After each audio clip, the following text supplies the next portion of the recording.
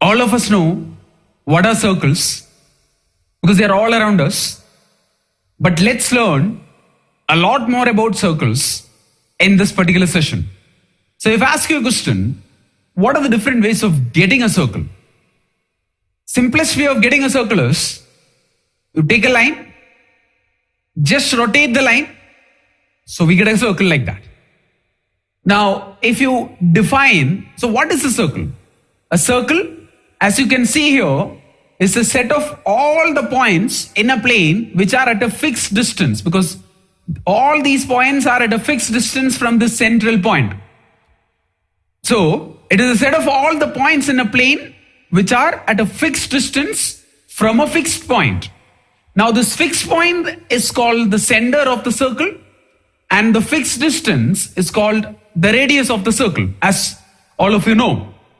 Now, there are a lot more interesting ways of getting to a circle. You already know what are triangles, other polygons like quadrilateral. So if we start with a line, 2 lines together, we get an angle. 3 lines, we get a triangle. Now, if I take one more triangle, I'll get a quadrilateral. If I make this triangle one to many, that is, if I keep on adding triangles, more and more triangles, I'll get pentagons, hexagons, octagons.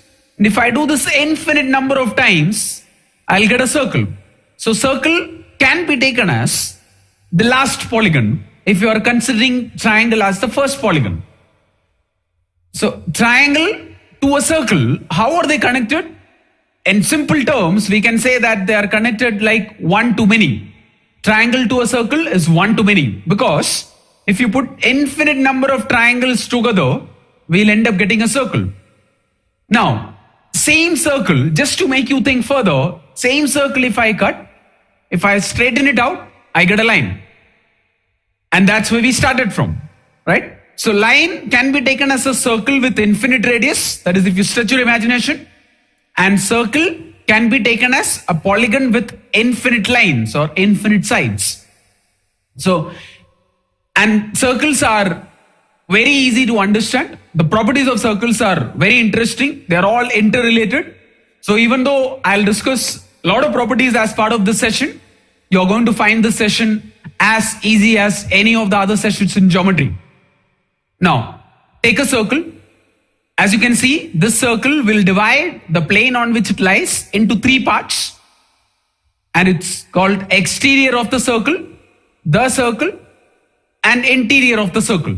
The whole chapter is about how circles and lines interact in a plane. So let's visualize. If I take a circle and a line, now what are the different ways of placing this line? Line can be outside like this.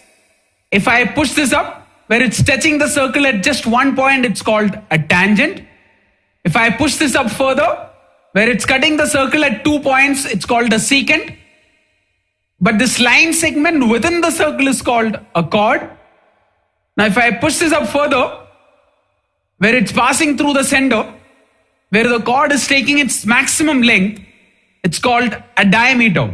So these are very simple terms. So you know what is a chord, you know what is a diameter, you know what is a tangent. So basically diameter is the longest chord and it will be equal to 2 times the radius.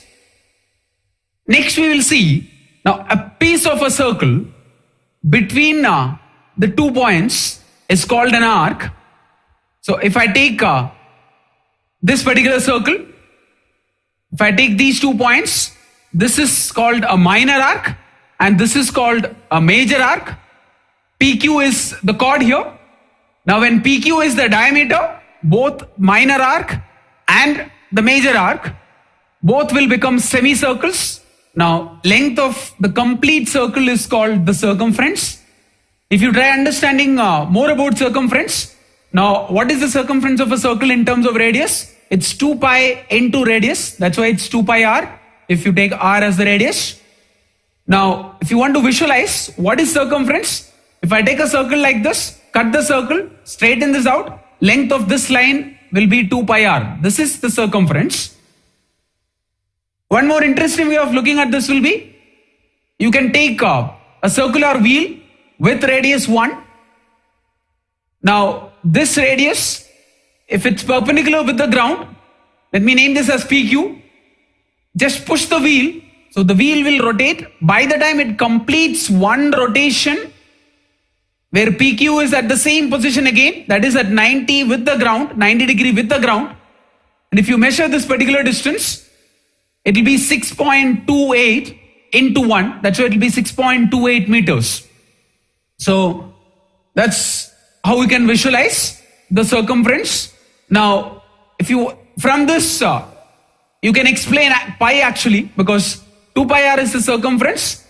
So if I just open up a circle, and if I take the circumference, which is 2 pi r, that divided by the diameter, which is 2r, I'll get pi. So that, what is pi? Pi is nothing but circumference of a circle divided by the diameter of the circle, which I am sure most of you must have thought about it before, rather than just memorizing pi values as 3.14159. So what is pi? Pi is nothing but circumference of a circle divided by diameter of the circle. That is pi.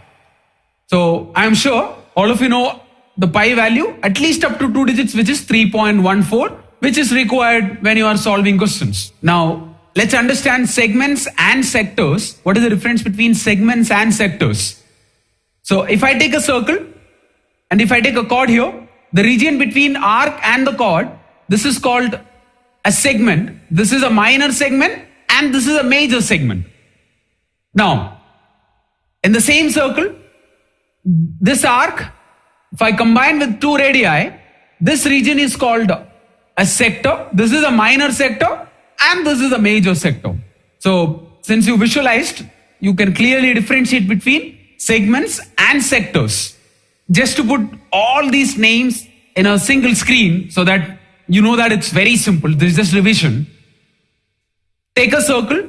Let's visualize circumference, radius, chord, diameter, minor arc, major arc, minor segment, major segment, minor sector, and major sector. So very simple, right? Just see this once more. Circumference, radius, chord, diameter, minor arc, major arc, minor segment, major segment, minor sector, and major sector. Very simple, right? It's just revision. Now we will look at properties based on circles. We'll prove some theorems and we'll solve some questions. And you're going to find it